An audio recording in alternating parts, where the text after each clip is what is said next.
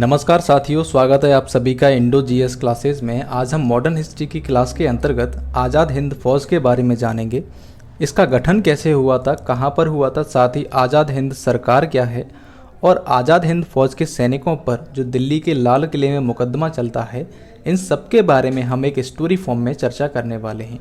साथ ही इस स्टोरी में हम समझेंगे कुछ फैक्ट्स को जो कि आपके एग्ज़ाम में हर बार प्रश्न के रूप में पूछे जाते हैं। तो चलिए समझते हैं इस टॉपिक को।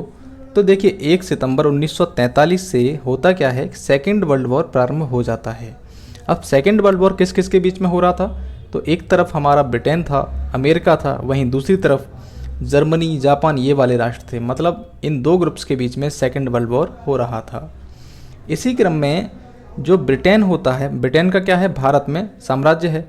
तो ब्रिटेन की इंडिया में सेना थी जो भारतीय, उसमें भारतीय भी शामिल थे, भारतीय सैनिक भी थे।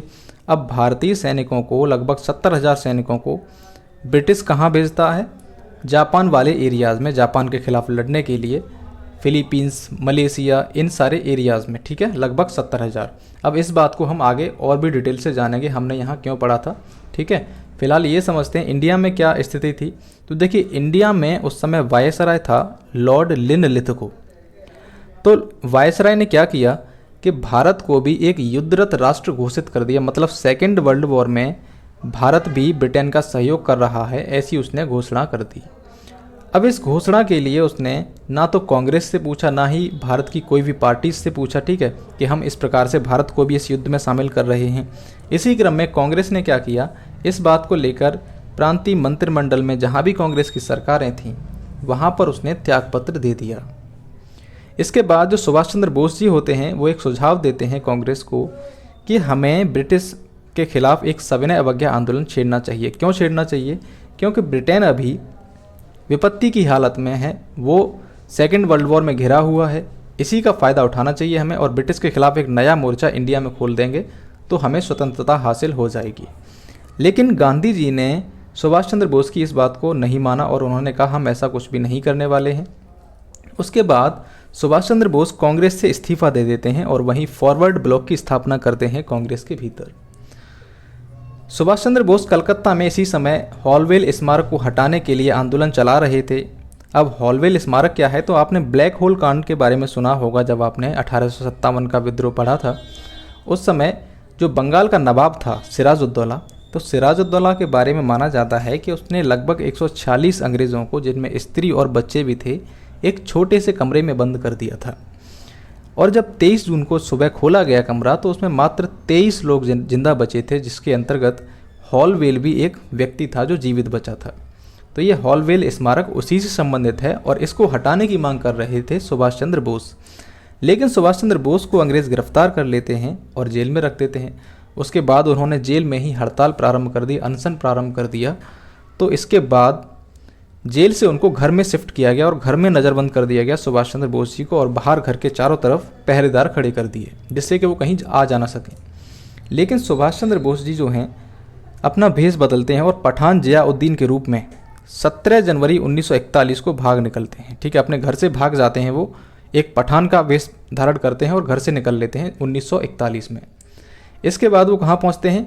पेशावर। पेशावर से फिर अफगानिस्तान, फिर रूस, इटली और जर्मनी पहुंच जाते हैं। जर्मनी में जाकर वहां वो हिटलर से मिलते हैं और हिटलर से भारतीय स्वतंत्रता के बारे में बातचीत की तो हिटलर ने कहा हम आपको सहायता करेंगे इस बारे में। वहीं सुभाष चंद्र बोस ने बर्लिन में इंडियन लीजन की स्थापना की थी। कहाँ पर की थी? बर्लिन में। लेकिन हिटलर के विचारों से सुभाष चंद्र बोस जी ज़्यादा सहमत नहीं थे, क्योंकि हिटलर ने अपनी जो आत्मकथा है उसमें भारत के लिए कई सारी अपमानजनक बातें भी की थी। तो नेताजी जो क्या करते हैं कि जर्मनी को छोड़कर फिर वो जापान की ओर रवाना हो जाते हैं। तो 9 फरवरी 1943 को सुभाष चंद्र बोस आबिद हसन नामक एक साथी थे उनके साथ में जर्मन के जो बंदरगाह है कील बंदरगाह से एक जर्मन पनडुब्बी के माध्यम से जापान के लिए रवाना होते हैं। अब देखिए, सुभाष चंद्र बोस को जो नेताजी की उपाधि मिली थी वो जर्मनी से ही मिली थी। ठीक है, ये पनडुब्बी जो है समुद्र में चलती है। इसमें बैठकर सुभाष चंद्र बोस जी कहाँ गए थे? जापान। और ये इतनी छोटी थी, ना तो इसमें ढंग से आदमी बैठ सकता है ना लेट सकता है। इसमें लगभग 3 महीने का टाइम लगा था उन्हें कहाँ पहुँचने में? जापान पहुँचने में। तो ये बर्लिन से निकलकर पूरा अफ्रीका का चक्कर लगाते हुए कहाँ पहुँचे थे? जापान। क्योंकि इसलिए गए थे इस तरीके से ये, क्योंकि अगर प्लेन से जाते हैं तो कहीं ब्रिटेन या अमेरिका का जो प्लेन है कहीं इनको दुर्घटना में मार ना दे, इस प्रकार से इसलिए बचते हुए ये कहाँ से गए थे? समुद्र के रास्ते से पनडुब्बी में गए थे ये लोग जापान के लिए। ठीक है, तो जून 1943 में ये जापान पहुंच जाते हैं। वहीं जापान की बात करें तो जापान में सुभाष चंद्र बोस से पहले रास बिहारी बोस पहुंच चुके थे। रास बिहारी बोस कौन है?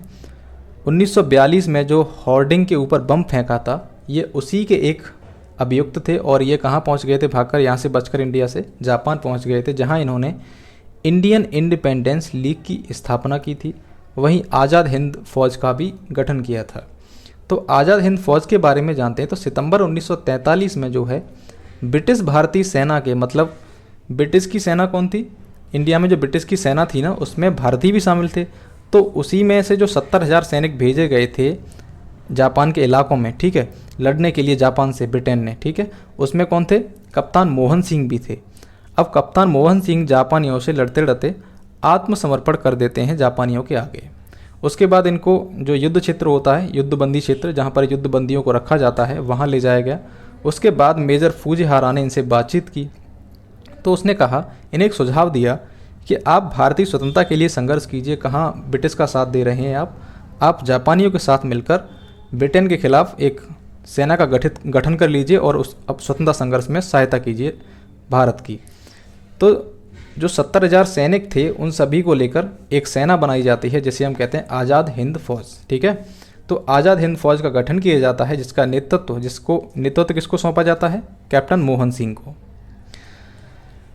किंतु मोहन सिंह जो थे जापानियों पर अधिक विश्वास नहीं कर पा रहे थे, क्योंकि उन्हें ऐसा लग रहा था कि ऐसा ना हो कि जापान हमारी अभी सहायता तो कर दे लेकिन स्वतंत्रता के बाद हमारे भारत को ही हड़प ले वो।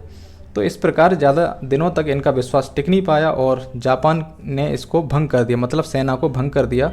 और वापस से जो इसमें सैनिक थे, भारतीय सैनिक और मोहन सिंह, इन सभी को जो युद्धबंदी क्षेत्र है जहाँ पर युद्धबंदियों को रखा जाता है, उस जोन में फिर से भेज दिया। उसके बाद आपने पढ़ा है कि पनडुब्बी के माध्यम से सुभाष चंद्र बोस जी आ गए थे जून 1943 में। तो सुभाष चंद्र बोस जी जून 1943 में टोक्यो पहुंचते हैं और वहां भारत की स्वतंत्रता का संदेश देते हैं रेडियो के माध्यम से। किस रेडियो के माध्यम से? टोक्यो रेडियो के माध्यम से।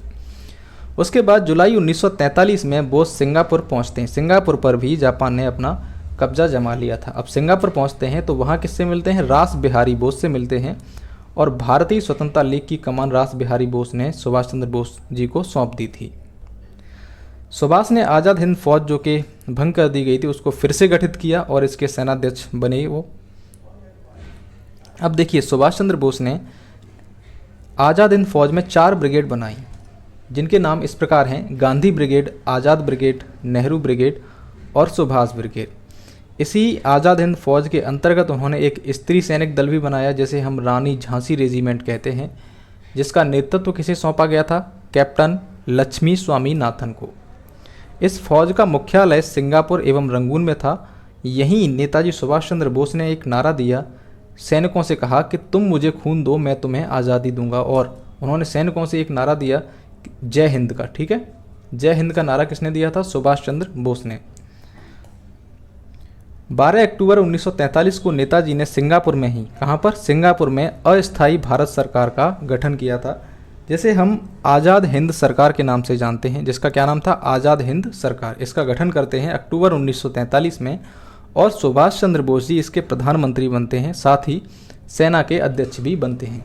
अब देखिए, जिस प्रकार से हमारी सरकारें आज हैं वैसे ही एक छोटी सी सरकार वहाँ पर बनी थी, जिसके अपने सिक्के भी सुभाष चंद्र बोस जी के थे, और ठीक है, और नोट भी, करेंसी भी छापी गई थी। कई सारे सांसद भी थे, आपस में बैठकें भी होती थी, मंत्री भी बनाए गए थे। इस प्रकार भारत के लिए एक सरकार का गठन कर लिया गया था सिंगापुर में। सिंगापुर में रेडियो में कहा सुभाष चंद्र बोस जी ने कि भारत की स्वाधीनता का आखिरी युद्ध शुरू हो चुका है। राष्ट्रपिता, भारत की मुक्ति के इस पवित्र युद्ध में हम आपका आशीर्वाद और शुभकामनाएं चाहते हैं। तो ये आशीर्वाद, शुभकामनाएं किससे चाहते हैं? राष्ट्रपिता से। राष्ट्रपिता किसको कहा था? महात्मा गांधी को सुभाष चंद्र बोस जी ने क्या कहा था? राष्ट्रपिता। शहनवाज खां के नेतृत्व में आज़ाद हिंद फौज की जो टुकड़ी होती है वो जापानियों के साथ मिलकर भारत बर्मा सीमा पर हमला करने के लिए इम्फाल भेजी गई। कहाँ पर भेजी गई थी? इम्फाल में।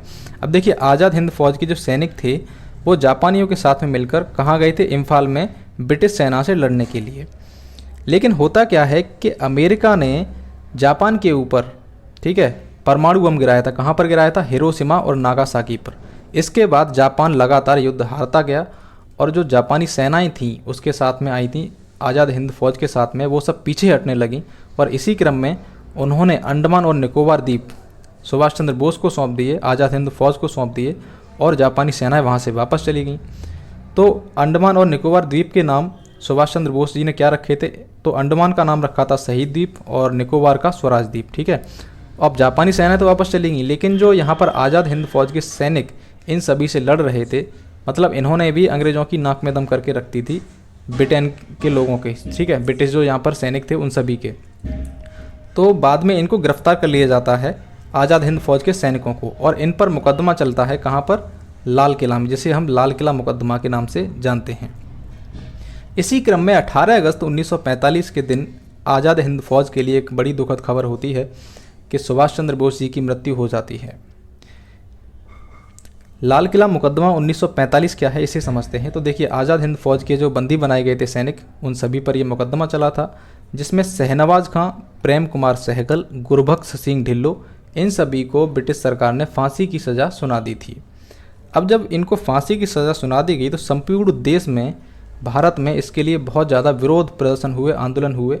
दुकानदारों ने अपनी दुकानें बंद कर दी, कई सारी जो वकील्स थे वो सब इनके सपोर्ट में आ गए थे, सारे कैदियों के, ठीक है, आज़ाद हिंद फौज के जो कैदी बनाए गए थे उन सबके सपोर्ट में पूरा देश था। यहाँ तक कि मुस्लिम लीग, कांग्रेस, जितनी भी पार्टियाँ थीं सब इनके सपोर्ट में थीं। जगह जगह छात्रों के प्रदर्शन हो रहे थे। इसी क्रम में क्या होता है कि कांग्रेस ने इनके बचाव के लिए आज़ाद हिंद फौज समिति का गठन किया और बचाव पक्ष के प्रमुख वकील, जिनमें भूला भाई देसाई, तेज बहादुर सप्रू, जवाहरलाल नेहरू, अरुणा आसफ अली, ये सभी प्रमुख थे।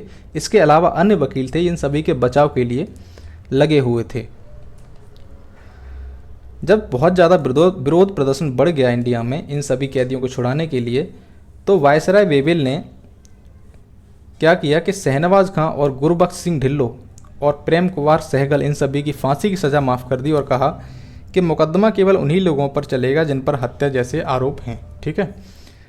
और यहीं 12 नवंबर 1945 को जब विरोध प्रदर्शन हो रहा था तो आज़ाद हिंद दिवस भी मनाया गया था इंडिया में, ठीक है, ये पॉइंट आप याद रखना। तो इस प्रकार हमने आज़ाद हिंद फौज का गठन कैसे हुआ था, साथ ही लाल किला मुकदमा क्या है, इन सब के बारे में डिटेल से चर्चा कर ली है। इसके बाद हम आपसे अगले वीडियो में मिलेंगे। आपको ये टॉपिक पसंद आया हो तो इस वीडियो को लाइक करें, साथ ही चैनल को भी सब्सक्राइब करें और पढ़ाई करते रहें। आपसे मिलते हैं एक अगले वीडियो में। धन्यवाद।